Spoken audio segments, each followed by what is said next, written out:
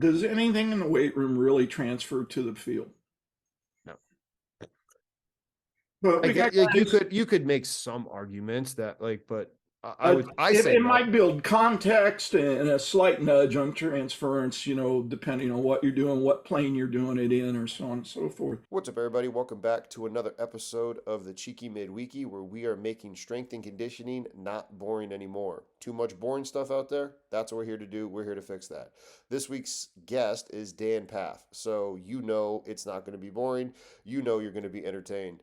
We talked with Dan about why team sport athletes would do 3-point or 4-point sprints. We talked about, is it even worth it using speed drills to teach frontside mechanics for your team sport athletes, because obviously sprinting is different for a team sport athlete versus a track and field athlete. We talk about why he got out of college strength and conditioning. It's like I said, it's Dan Pfaff. So you're going to enjoy this episode. Make sure you hit that like button. Make sure you hit that subscribe button if you enjoy. Let us know your thoughts down in the comments so that way we can continue to give you the content you want to hear. But without further ado, I'm going to stop talking now so you can listen to Dan Pfaff talk, because that's why you clicked. Later. My very first question for you is kind of just talking about this notion. I feel like speed has become the new cool thing to do in team sports. And in your opinion, is it a good thing or is it a bad thing, knowing the fact that practice doesn't make perfect, it makes it permanent? Are we going to get kids good at running fast? Or are we just going to get them good at doing a bastardized version of what people see in some of the Alta stuff? Well, I think it starts with an ergonomic analysis with the athlete before you. Where are they deficient? Where do they have gaps and strengths? And uh, I think running is an essential foundational movement in team sports. So if you don't know the ABCs of starting and accelerating and running upright, you're already behind the eight ball, eh? Yeah. So I'm continually amazed. I get professional athletes that come to me on a return to play, and no one's ever taught them the ABCs of running. They don't even know what the components are, or what good is versus bad, and why it might not be good. Now, with any of our listeners out there, what are you calling the ABCs? Are you literally talking the fact of like projection, rhythm, rise? Are you talking? Yeah, some of those things: contact length, segmental positions, postures, movement expression. So we know when people accelerate, whether it's curvilinear or linear, the contact times lessen as you get faster, and air time increases, and attack angles change according to acceleration. And stride length and stride frequency generally grow together. Now, the context is, are you accelerating over 3 yards, 10 yards, 20 yards? And that changes the equation a little bit, but still, those heuristics or first principles have to be addressed. I mean, those are foundational tenets of movement or gait. Oh, 100%. And when you're working with these when you're working with the different team sport athletes, you talked, before about basketball, how extensively in those ABCs do you get with those sports where the court is shorter? They might be having the limited expression of speed. A lot of basketball coaches will say they don't need to work on it. Like, how do you go about educating them? Well, I always get the question, why would you change something? So if I've hit a performance ceiling, or I got a performance plateau, or my injury list is growing or whatnot, it might behoove us to look into how they're running. I think most team sport coaches talk about first step. They got a great first step. Well, to me, that's starting. That's overcoming stationary inertia and creating a solid excursion angle on that first step. So how are they doing that? That might be a starting spot. What do their first 2 steps look like? Or in a change in direction, how are people re-accelerating after the apex of the change? So these principles are still going to be there. If you got a wide receiver and he's doing a post pattern, when he cuts 45 degrees, he's somewhat having to re-accelerate out of that cut. So what's going on kinematically and kinetically, during those steps? Within that context, do you think that, sticking with that like football player example, do you think that there are coaches trying to speed it up and get their athletes to be able to do things that they shouldn't be doing because in high school their athletes are doing speed work and routes and things that they should not have been doing? Or is the whole process just completely being bastardized and too rushed? I think that's a very complex and layered question, probably. So, is there training bias? Yes. So people can overcook certain ideas, certain principles, or whatnot, and that can create chaos later down the road. You might be able to get away with X, Y, and Z in high school. You go to university, everybody's fast. So maybe you have to upgrade those skills. You go to the NFL, it's an even more select uh, population that you're dealing with. So I think people get too caught up on the biomechanical model. I think there are certain movements and positions and whatnot that good movers exhibit and poor movers don't exhibit. Now, there's some bandwidth depending on environment, stage of development, so on and so forth. But you're not going to see anybody running really fast with zero knee lift. You're not going to see anybody running really fast with huge backside lag and mechanics behind them. You're not going to see anybody running fast with their elbows straight or their elbows like they're a marathon jogger. People do certain things if they're moving fast and moving well that kind of have a bandwidth to them. And I'm not going to buy into the truth. Well, just let them figure it out, because I'm working with age group kids all the time, and that let them figure it out shit isn't working. Talking about that, one of the things that came into my head is a former colleague of mine who was a track athlete, now works with basketball and track. We'll talk about the notion that doing actual speed mechanic work with team sport athletes is not, the juice is not worth the squeeze because they don't get exposed to it long enough to actually make changes over time. Do you agree with that or disagree? And if so, why? Well, I would disagree. I think people can make changes. Now, do you microdoses into warm-ups or microdoses into the early session? Do you allow for it in the practice session or whatnot? So like in the NFL, we have a lot of our guys do 3 or 4 hard accels at the end of their warm-up before they go to individuals. So they microdose acceleration. Wednesday on the first heavy day of practice, early in the session, a few of the plays, they run it out a little bit longer than normal so they can touch speed. So I think folks in that camp are probably disregarding the power of microdosing.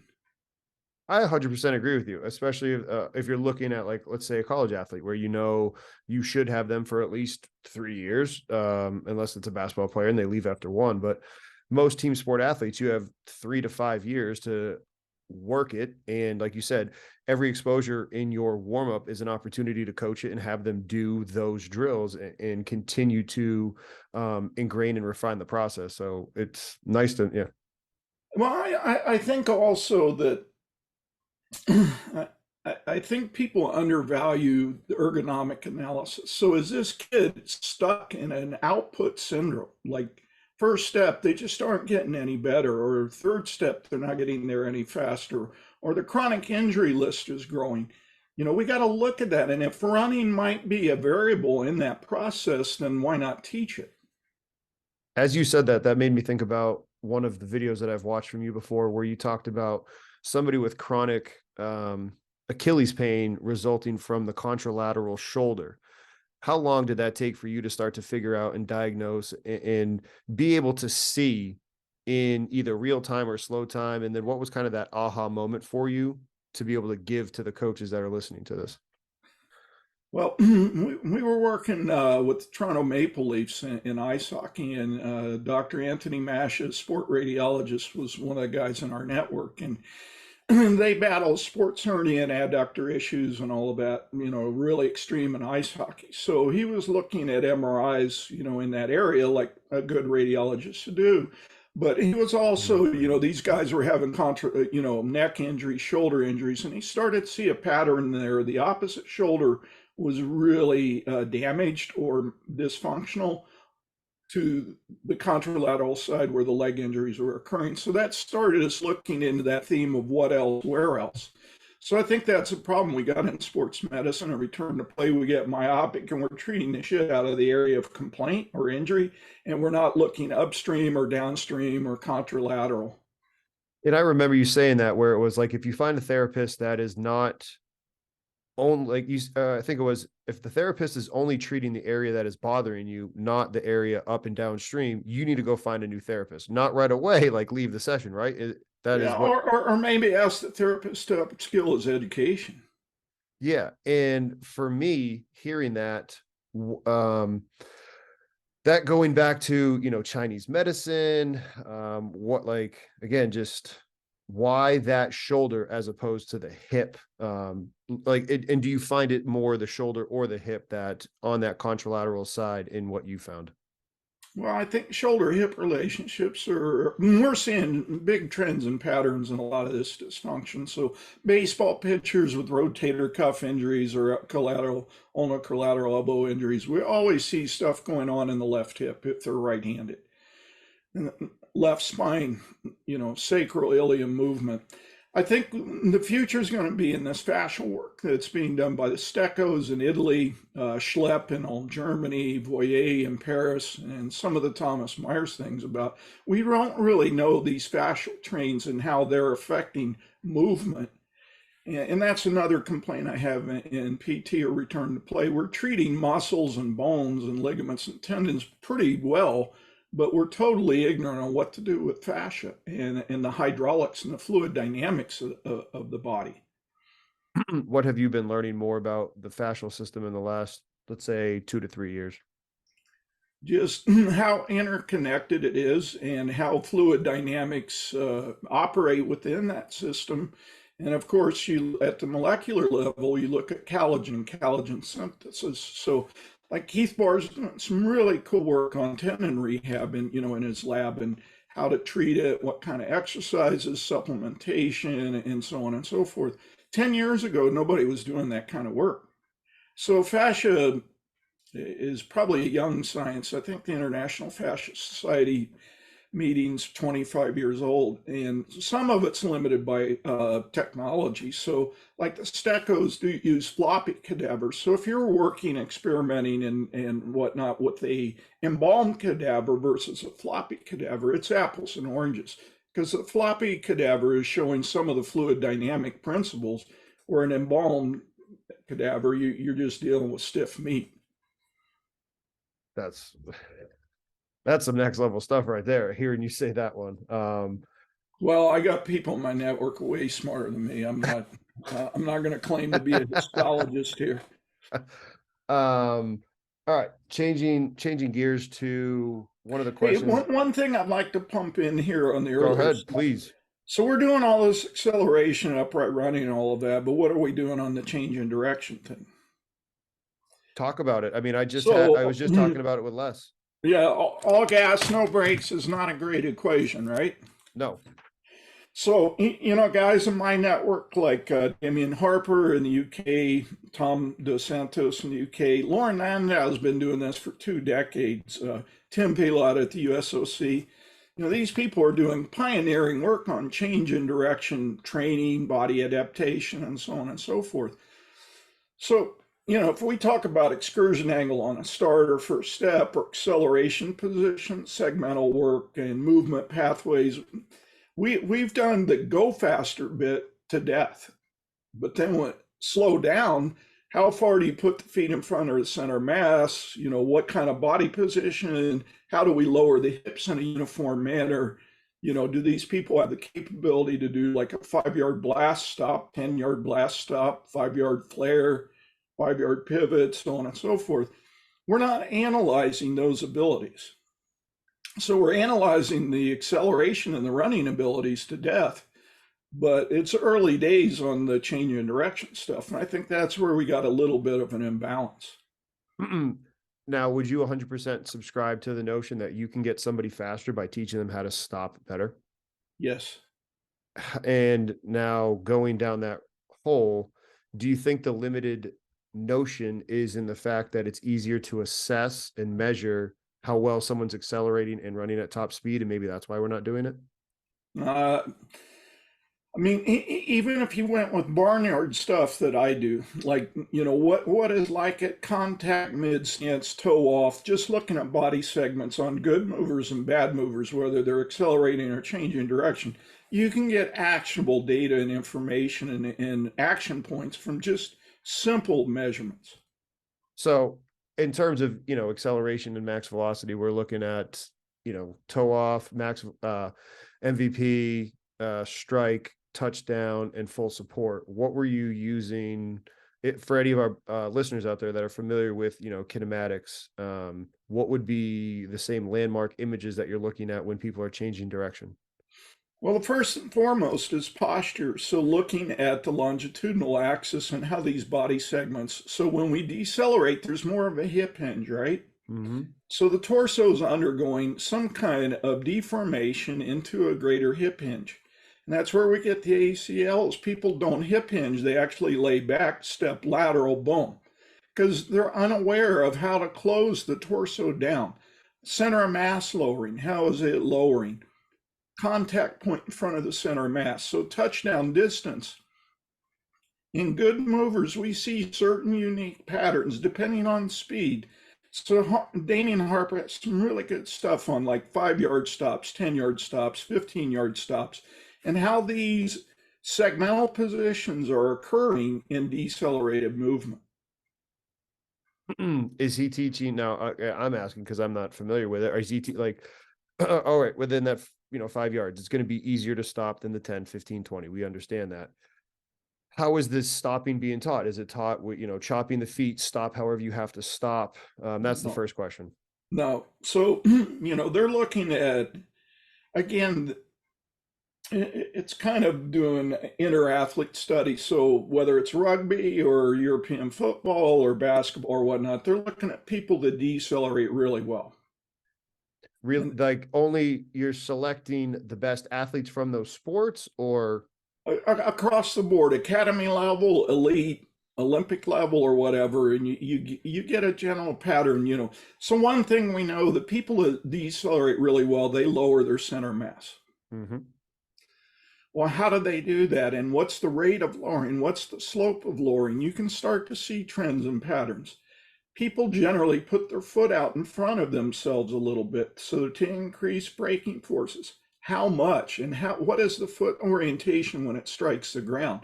And how is that foot placement, that touchdown distance, interfacing with torso collapse or torso closure? So looking at those interrelationships.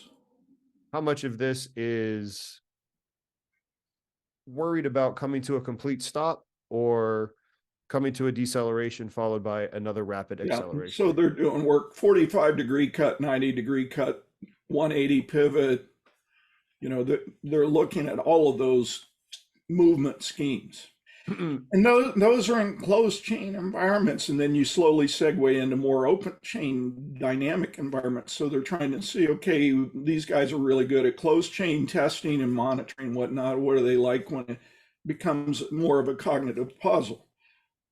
And what we see is people in game situations that are good decelerators exhibit a lot of the same qualities they exhibit in closed chain. My next question that I wrote down as you were talking about all that was, what were some of the ways that they control for the fact of making sure, like, okay, you're actually running the 5 yards or the 10 yards or the 15 rather than shortchanging it and knowing like, okay, I got to stop coming up. I'm not going to run as fast as I actually can. Yeah. I would encourage people to get into some of Damien's research and Tom Dos Santos. They have some really good web pages and blogs on this, and they do a lot of courses. I think Uh, it's like I think it's like any other menu item that you're developing. You build in safeguards or constructs to ensure that people are doing it. So one way is to use lasers. Are they running the right speed? GPS is probably too global on a lot of the short change in direction stuff. So GPS probably, if you have accelerometers or IMUs, that would be a really good way. The quickest way is laser. View Motion, a group out of Sydney, Australia, actually has video capability to measure a lot of these variables. Are they measuring, even to DRF off of that change in direction? Like what's the orientation, Yeah. vertical and oh wow. Wow. And so are they able to show that like the best athletes are getting, is it still 45? Is it 50? Like what are the best exhibiting without, I mean, if you're not allowed to talk about it because it's all proprietary or whatever, that's No, I mean, it's still in the change in direction stuff, view motion, still in beta because they're doing machine learning and AI. So they're collecting huge reams of data, to validate the measuring accuracy, reliability, and validity, but also to then see trends and patterns over time. as they get the better, as these athletes that they've been working with and you've been working with get better at the physical capability of it, this is making me think about some conversations I've had with Jeff Moyer about the perception action coupling part of it and the OODA loop and seeing what's going on. How does that get taken into account with all of this? Well, that's where it gets tricky. So, how do you design sessions or testing batteries or whatnot that are more open chain, that have a higher cognitive perceptual demand But yet on are that? also reliable and repeatable. Yeah. So, the minute you make it more open chain, now you have more variables, right? So, and you're Amen. trying to do science and you're like, okay, what are we doing here?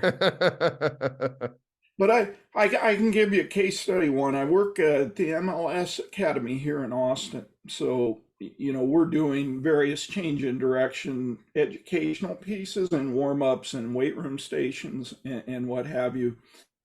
And we're kind of measuring people on close chain activities and very, very radical changes and improvement on these kids, just learning the ABCs of various close chain activities. Now, is that translating to the game? Well, we won't know until the end of the season where we're measuring, play on the field. How do you measure success in that aspect? Because I've heard people talking of, the typical KPIs of 5-10-5, L drill, any of that stuff. But I've also heard some pretty forward-thinking coaches of in the sport of American football, tackles made or tackles missed if you're a running back or a receiver, or the ability in basketball to get into the lane, dribble, penetrate. Are those some things that you've been advising people to look on? And if not, what are some of the other ones? Yeah, well, I think this comes down to, what I call backroom work, So how are these people cutting up game tapes or practice tapes, and are they looking at some of these variables? So you can get game tapes and measure first step distance and rate of speed and whatnot. So you can measure first step. You can measure first step, a straight start and a cutting step, or all of that. So I think with some work in the back room, you can measure some of these qualities. Any So, other? Yeah, go ahead. so Keep going. it's not perfect and it's not going to give you a shitload of insight right now, but it's a start in the process. And my comment, it's better than zero. Oh, 100% agreed. And one of the questions that I was going to ask later is the fact that in team sports, you don't necessarily always want to get that knee overly high because of the fact that you have the need to put the foot back in the ground and change direction. And I was going to talk with you about how that affects the way that you go and talk with any of these other coaches or people that you work with, knowing that maybe they've almost screwed it up because they watched one too many things and didn't hear that talk from you, and they're having all of this overly frontside mechanics. So, I think it is very important for us to talk about this for our listeners to hear about that. Well, I think the first part is, does the athlete have a toolbox to control body segments? So can the athlete feel the difference between 10-degree knee lift, 30, and 90? Well, that might be important because there's a certain degree of knee lift that you would need for certain movement tasks in the game. Can the athlete feel posture? Are they leaning back? Are they leaning excessive laterally? Are they leaning excessive forward? Posture awareness might be an important variable, whether it's closed or open chain, accelerating or decelerating. Arm swing and arm positioning, would be another variable. Do you know where your arm's out in space? Do you know how to change your arms, as task changes? So your arms might be doing a certain movement expression during acceleration or in cutting, but if you're running upright 40 yards down the field, you better know how to change your arm mechanics away from what you were doing in acceleration zones or in cutting zones. So for me, the first part is body awareness. Do you know how to manipulate and control body segments? What about the pelvis? How about like that one? I feel like is you might, just because you're smart enough, are including that in the posture, but I'm thinking pelvic awareness with some of the athletes that I've either worked with or just being in football, where I feel like anterior pelvic tilt is just like everybody's dumped forward, right? Well, I think that comes back to that idea of training bias. So these guys do 8,000 starts. Well, the pelvis is an anteversion until you get, it's biased to anteversion until you get upright. Mm-hmm. So they're doing 10 billion starts and maybe a dozen upright runs. So we already got an imbalance in training stimuli on muscles, tendons, fascia, ligaments, or whatever. We're biasing the system to anteversion. A lot of kids, when they get upright, they can probably get to a neutral pelvis, but they run forward. Well, that's going to close the pelvis down. So even though they could do it mechanically, they can't because of torso position. So, people that overpush and overreach generally have excessive anterior tilt. They don't know how to undulate the ilium. I think there's this misnomer that's gotten out there on neutral pelvis. It kind of drives me crazy. So when you toe off, you have an anteversion of the ilium on that side. And then as the leg's recovering, the ilium goes more neutral. And then as the leg opens up and sweeps back, the ilium actually goes into some degree of retroversion. So the ilium is a dynamic movement structure. It's not static. And a lot of times people say, well, in the start, it's anterior. Well, maybe not. Maybe it's in line with everything. And the reason it's tilted is because the entire system's tilted. So as we start and come upright, the ilium should come under you. If it doesn't, then you got anterior bias. Yeah. Or you have, like you said, or you're running with your chest completely dropped forward, and now you're not getting your front side mechanics. So I had an NBA puzzle, 3 bigs on a team, bilateral Achilles tendinopathy, racked. One guy missed a lot of games. One guy couldn't play late in the game. Another guy was all over the map. They sent me a spreadsheet with 50 tabs, like force platform data and, drop jump data and clinic data and what they were doing and MRIs and ultrasound scans. Like, it did my head in. There's so many tabs. So I just wrote back and I'm like, I'm not smart enough to figure out all these tabs and see a pattern. Can you do me a favor? Sure. Film these guys running baseline to midcourt. Just have them do a buildup. Don't put any stress on them. Just say, I want you to run from the baseline to midcourt in a build-up manner, whatever that means to them. Okay, we can do that. I said, I need 3 views, something filmed from behind, something head on, and something from the side. Because rear and front shows you a lot of rotational stuff that's going on in the segments. The side view is kind of biased planar analysis. So they sent this video, and all 3 guys are running hugely hit, like they were bent over at 45 degrees no matter where they were at on the run. Well, if you got that much center of mass over rotation, you're going to put your foot out in front of you to keep from falling. Yeah, be able to run, be able to move. So I just sent back a note. I said, the best intervention you got is teach these guys how to run. What'd he say? Yeah, well, they did, and 2 of the 3 got better, and the 3rd guy wouldn't have anything to do with it. He stayed injured. It was pretty simple.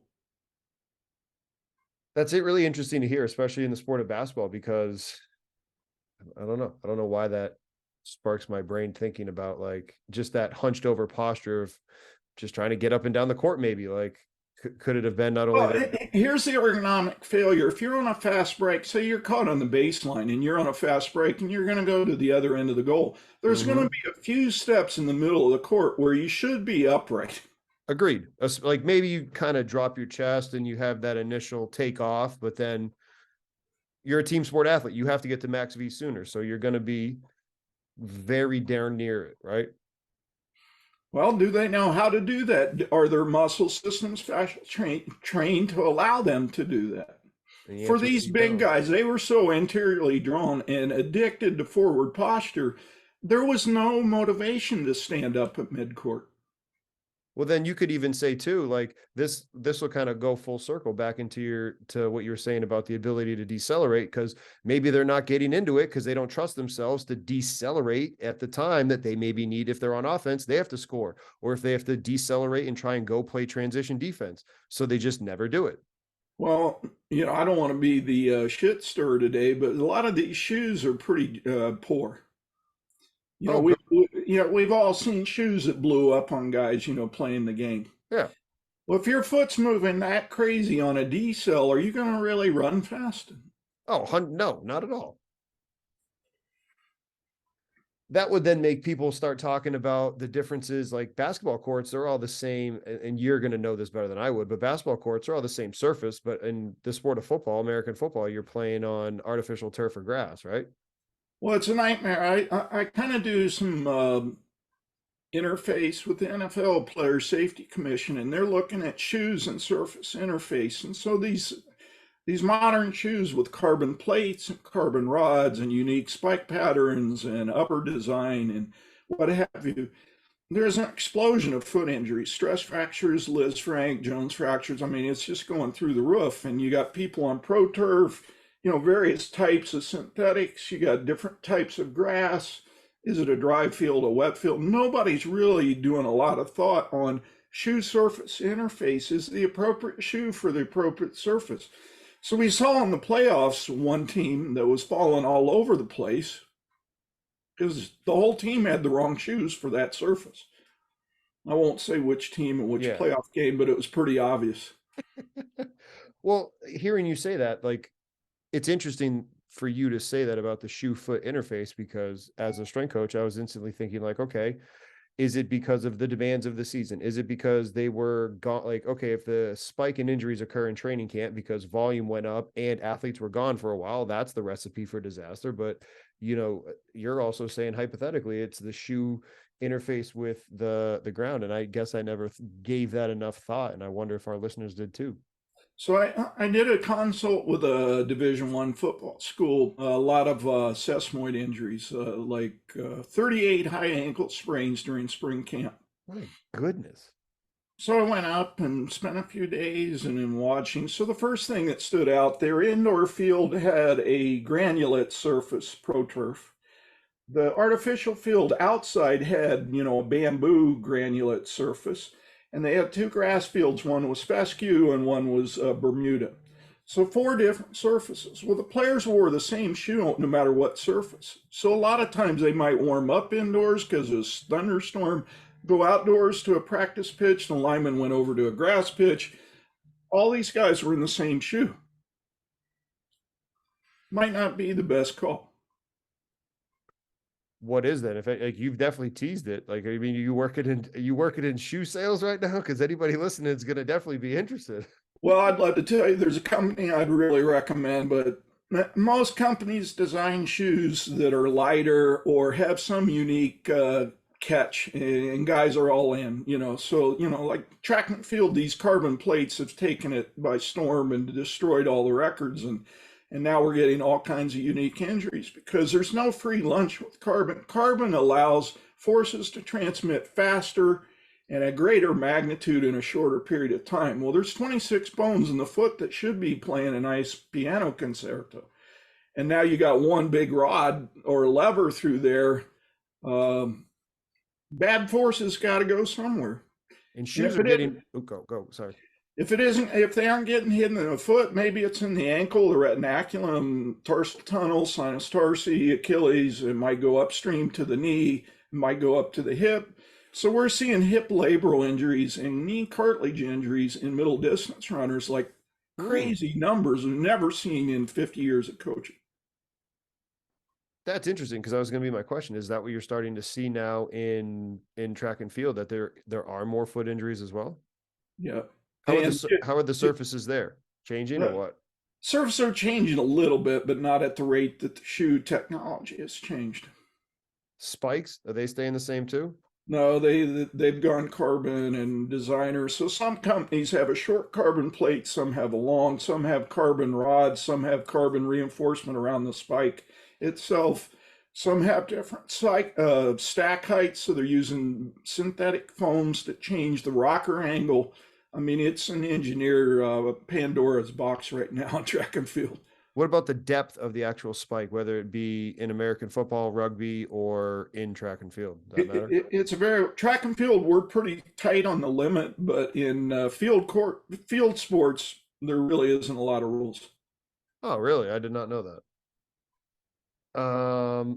Speaking of track and field and speaking of team sport athletes, how important do you think it is for football, rugby, soccer, any of these lacrosses, field sport athletes to be doing any work out of either a 3-point or a 4-point stance rather than just in a 2-point from what they'd be playing in their field with? Well, I'm kind of biased to build a big toolbox, a deep toolbox with a lot of layers. So for me, if a person truly understands the dynamics of starting and accelerating, they can do it out of a variety of stances, one knee, two knee, push up, 3-point, 4-point, or whatever. They should be able to do the ABCs no matter what the initial starting posture is. And to me, if they've mastered a variety of postures of starting and they can still exhibit good movement, then we're way ahead of the game. Touche. How Yeah, about I think there's this tribalism on transference, and it kind of drives me nuts. expand on that? Well, does anything in the weight room really transfer to the field? No. But we got You could make some arguments that but it might build context and a slight nudge on transference, depending on what you're doing, what plane you're doing it in, or so on and so forth. So we got people that are in these camps, it's got to transfer, it's global. Well, things exist on a spectrum, and it's the same thing in running. Like, does an athlete knowing how to start and accelerate and run upright transfer to your sport? Directly, no, especially if they don't have COD skills. But it does give context, it does teach awareness, it does create a talking point about gross errors and return to play principles. So if you're in a return to play and they get released from the clinic, are you going to throw them on the pitch where it's super heavy, high cognitive perceptual stress? Or you're going to do some bridge building. And that's where the tribalists get lost. Like, it's absolute or nothing. How about the negative footstep then? Is that negative, or is it the body being faster with stretch shortening? I'm not quite sure what you mean by that. Can you? 2-point stance, so you're not as you're working through the spectrum of all the different starts. If I'm in this 2-point stance, and rather than some of the falling starts that I've seen there, it's okay, just fully static 2-point, and I'm going to take this front foot, I move it backwards to then propel myself forward. Okay, so false step. Yes. Yeah, well, I fought this battle for decades with baseball coaches and running bases. Do they do a crossover step? Is it a static front leg propulsion? Is it false step and all of that? And through years of people trying to jigger around with that, the big consensus was, whatever they're doing, leave them alone. Just get them really good at how they do it. I agree with you. Like, if it's what they're doing, let them do it, because it's clearly their body trying to be faster. Like, same thing with a crossover pushover, right? Well, for me, ergonomically, my first step, in this analysis, is okay, there's a lot of noise on what they're doing on this first step. Maybe the second step is a result of what they're doing there. So there's going to be a lot of chaos in the data. So let's go to the third step and see how fast they are and what's going on from third, fourth to fifth. Let's look at that zone and see if any manipulation early changes that zone. That would be a bridge building process on data. So again, I think it's myopics. People are doing all this analysis on excursion of the first step. That's a variable, but the net is, hey, on steps 3, 4, and 5, are they faster with one style versus the other? That might have more merit.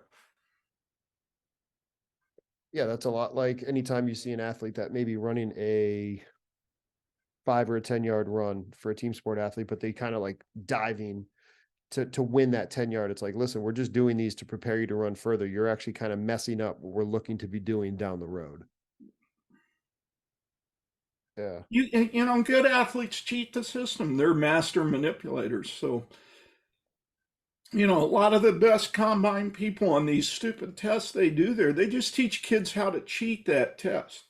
100%. If they wanted it to be good, they would be using, they'd be running on a force plate, field. They would be jumping on a force plate. There wouldn't be any of that, right? Like, No.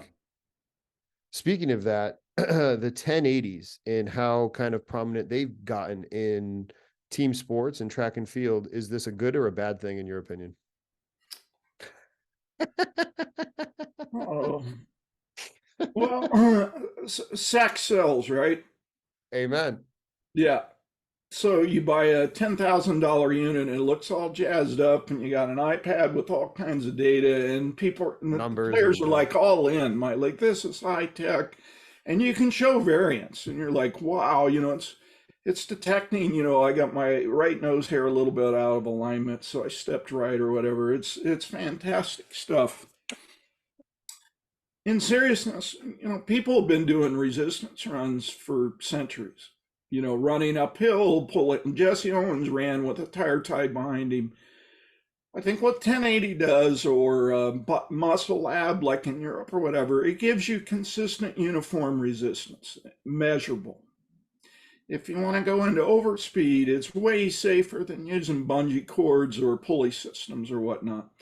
So I think the ability to incrementally control load or stress is improved with those kind of units, whether it's Muscle Lab or 1080 or, you know, any of the various entities out there. I think the art of it is, you know, what are you working on? You know, the why. So if it's the first few steps and you're using heavier loads, great. But if you're working on an extended acceleration pattern like 30, maybe that load is negative. So trying to figure out what is the right load for the right task or the right purpose, the right why of what we're working on, you know, is pretty important. And I think that's where a lot of people get lost in the weeds. And, you know, in America, we're more is better. So if we can do it heavier, it must be improving things. Well, heavier might improve your excursion angle in your first few steps, but it may not help after that at all. Where lighter may not improve those, but it may help you transitioning to an upright and some upright running. So I think the first stop for me is what's the objective today? What are we working on? What distance and what skills are we working on? And that makes the decision on load. And we do a lot of variance loads on acceleration runs, and we want to see how they're handling load. So if we got 18 kilos versus 12 versus 6 versus 2, you know, are there any big changes in these kinematic positions that we're seeing? Because that might give us an insight on what their bias is or where maybe we need to do a little bit more work. So say we got an athlete that's excellent at lighter loads, but at a little bit heavier loads, they change what their body is doing to keep it going. Well, that kind of gives us an insight on where they're biased to solutions when they're in doubt or they're challenged. Yeah, because they're going to go where they feel comfortable, what they've done the most. You're going to use your best bullet. So we see a lot of field court sport guys have a lot of shin roll and knee drop on that front leg to start. Well, why are they doing that? Well, that puts a huge stretch on the quadriceps because their best bullet is the quadriceps. They don't know how to fire the glutes and the erectors.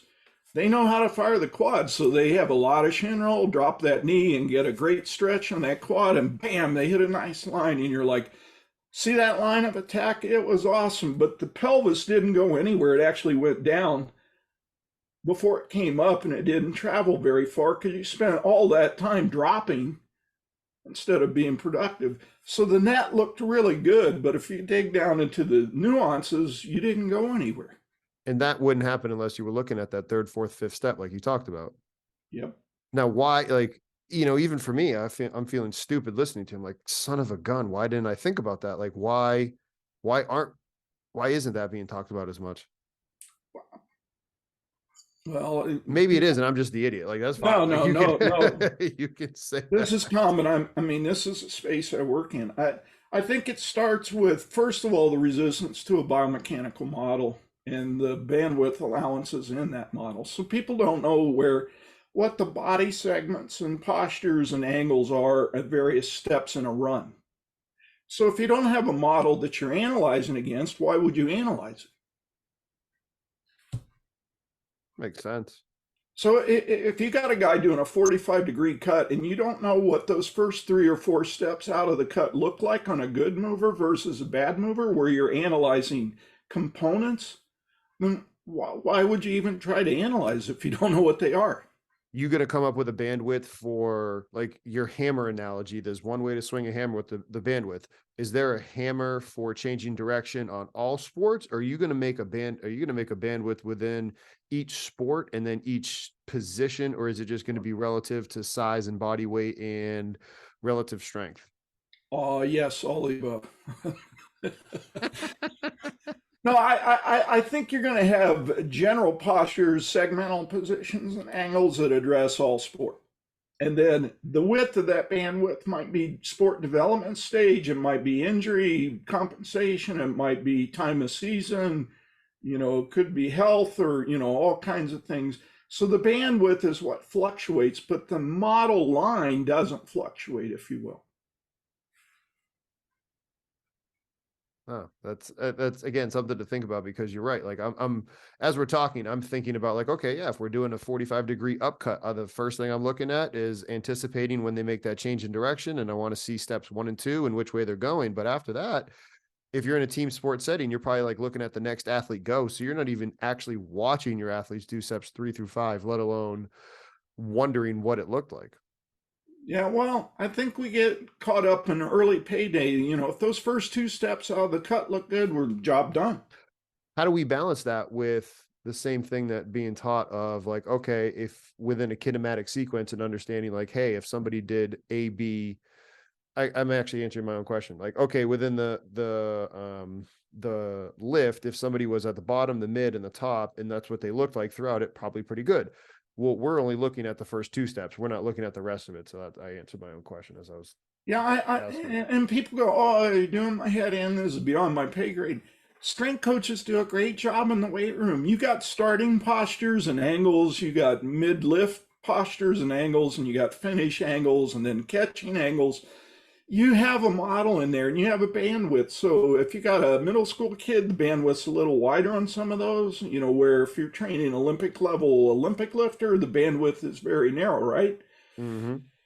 So we already have that tool. PTs have that tool in the clinic. Like, you don't see any PT say, "Well, just do the rubber band thing how you feel." They're like, "Okay, put your wrist here, your fingers here, go to here, feel this tension, go to here." They have a model. But then when it comes to the field, it's like, oh, there's no model. There's, and as getting, again, full circle, getting back to what you said, there is a growing model for sprinting and upright running, the linear stuff, but there is less and less on the decelerative and the change in direction work. Yeah, that's why I'd encourage people to look into Damien and guys like that are doing pioneer work there. And it's a blue ocean right now because there's not as many people doing it. Well, you can build a mousetrap. Everybody's bitching about building their business. Well, add a layer to your toolbox. As you were talking about, the different, the 1080 or the other product, and again, that wasn't just them, it's any of these new tech things out on the field.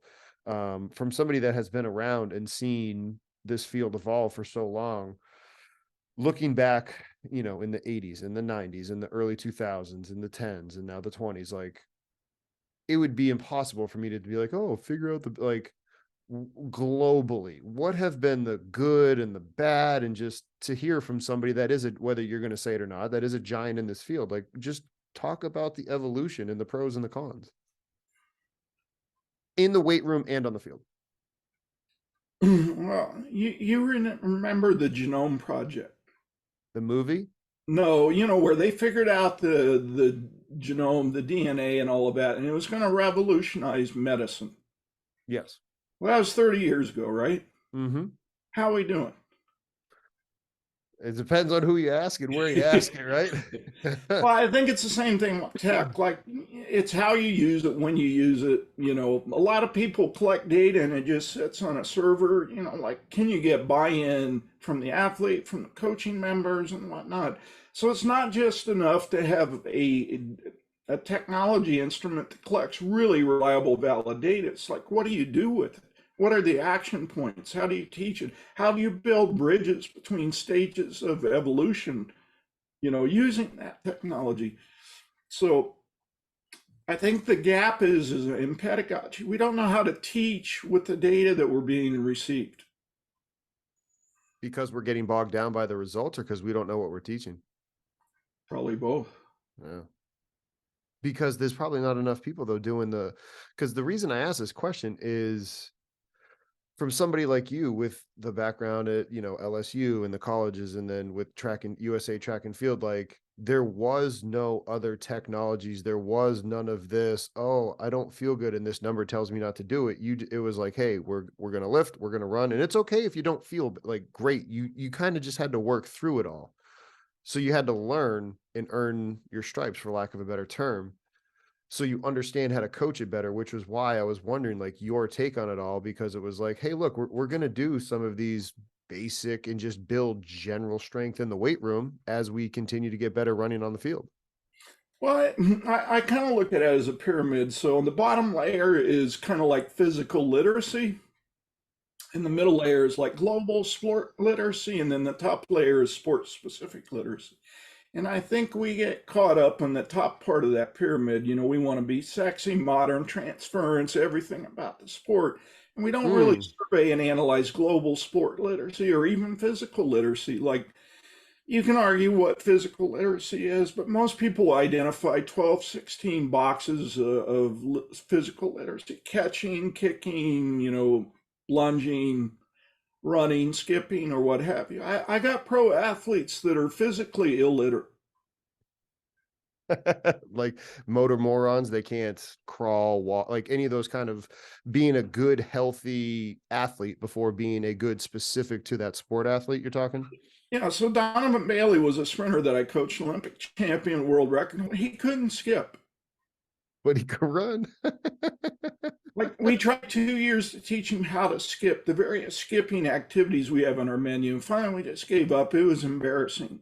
And it was more trouble than worth trying to battle that. That's awesome. But did you, in the process, did he become a worse sprinter, or was he still good at sprinting? No, he was still good at sprinting because there were other menu items that had higher ROI, right? Mm-hmm. So that's another thing with all this data is, what is the ROI if we make action on this data?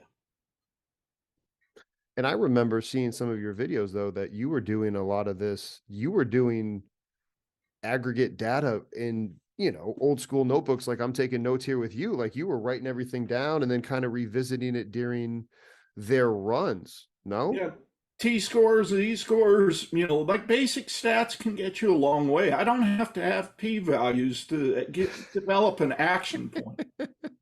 Yeah, your p-value doesn't have to be greater than 0.05 or whatever it has to be in Well, it's kind of in a realm called trend analysis, you know. So, you know, like, how does an air traffic controller look at that screen and see all of this stuff going on and make educated decisions on whether to slow down a plane, speed up a plane, or redirect a plane? That's trend analysis. And that's what we are as coaches. We see a lot of information out there. And are we looking for trends or patterns? People kind of downgrade anecdotal data collection, but most scientific studies have sprung from lots of anecdotal observations that have spurned this research. So I think anecdotal data collection and case studies probably get short shift, in my opinion. How are you going about with the air traffic controller analogy? It brought me back to some of those videos that I've seen you put out before, where you do have multiple athletes running and you are looking through all of that and you do have that art of it. What would be your suggestion to coaches that are either working in a team setting where we talked before, like, hey, there's so many people that get through that they miss steps 4, 5, 6, whatever, versus, giving and seeing all those different steps and attentions that you've been able to provide to your athletes, not only that you've talked about, but we've seen in these videos that you've put out? Well, it's a kind of an analogy I use. I talk to people dealing with big numbers about mailboxing athletes into groups. Yes, there it is, So mailboxing. you got beginners, you got experienced or whatnot, and injured, or it could be a virus. So at the academy, we got kids that are frontside bias, we got kids that are backside bias, we got kids that are postural nightmares. And so we're doing the same warm up, but the monitoring and the cueing of each mailbox is different. What if you're bad posture and bad front side? Pick the worst virus, which one's the biggest driver of dysfunction? Another question that I got here. Sorry, my son is very interested in seeing himself on a screen.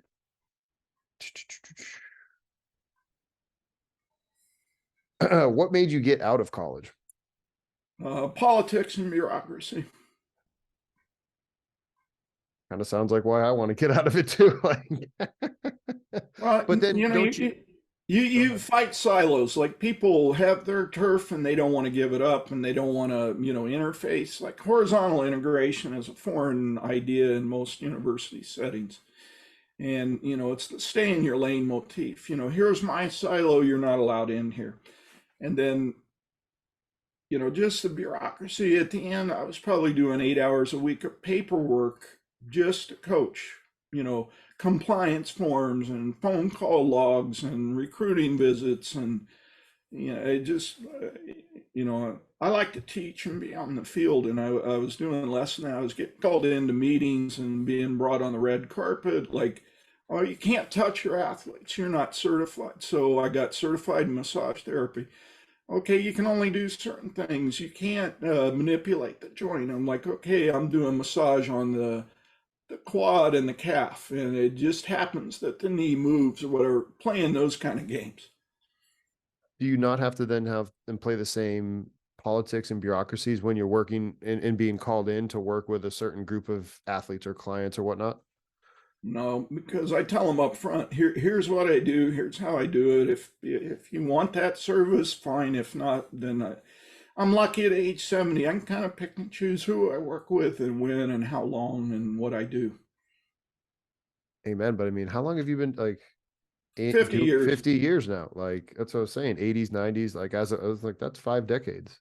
Yeah, and when you're 70, you're allowed to be a crusty old man that's kind of cynical and skeptical. It's kind of society accepted. If you're 40, it's a little different game. You got to earn the stripes to be a crusty old booger. What was so when we were talking to get this scheduled, you had said, I don't know if people are going to like what I have to say. What was initially the thing that you were thinking about that people wouldn't want to like? Why would somebody, again, and from my perspective, like, what would somebody not want to hear you talk about?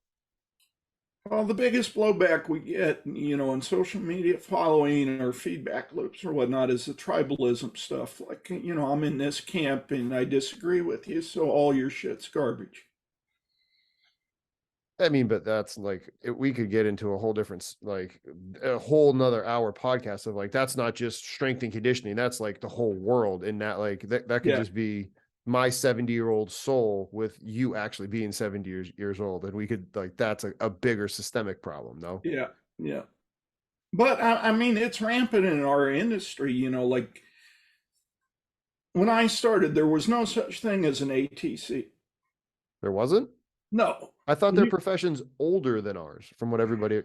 not much. It was kind of a first aid guy or an ankle tape guy or whatnot. It was usually a coach that took the weekend course from Kramer on how to wrap ankles and elbows and how to, keep the ice machine running and put ice in a bag and fill the whirlpool. That was the guy. Ah, And then strength coach, I remember when Boyd started, the project with NSCA, that wasn't, and now both of those groups are monster influencers in industries that really direct the ship on a lot of fronts. why can't they get along? Turf, That it? yeah, Like it just seems so simple. Like the guy that I was. yeah, but see, it's human nature. You don't want to be exposed, right? So if you get in a horizontal discussion and debate, you're going to find out that some people know some things and don't know other things, and so on and so forth. And all of a sudden, they're exposed, and that's uncomfortable. Yeah, for the people that don't want to grow, I suppose you're right. Well, what do you think that number is? I'm not worried about that number. I want to educate those that actually do want to grow, right? Because like that's when you keep the athlete at the heart of it all, right? Like then you're it doesn't matter because it's Well, it okay. trips me out. Everybody's always saying we're athlete centered and we're for the welfare of the athlete. And then you look at the decision making process and you go, really? Yeah, that sounds nice on paper though, right? Yeah, it's on every banner in every locker room. Coach, I could talk to you for hours. It's been an hour now, and I want to respect the fact that you're going on the road tomorrow and you're gonna be time zone traveling. So Yeah. thank you very much. Like I said, I could talk with you forever. So if there's anything else you want to leave any of our listeners with, I would be more than happy to let you have the last say. But other than that, just I appreciate you taking the time to talk to us. Well, I'm kind of leave with what I tell our interns and our young mentees is like stay curious and build a diverse network. Get out of your bubble. Thank you very much, Coach. I appreciate you and have a great rest of the day. All right, be safe. Mm-hmm.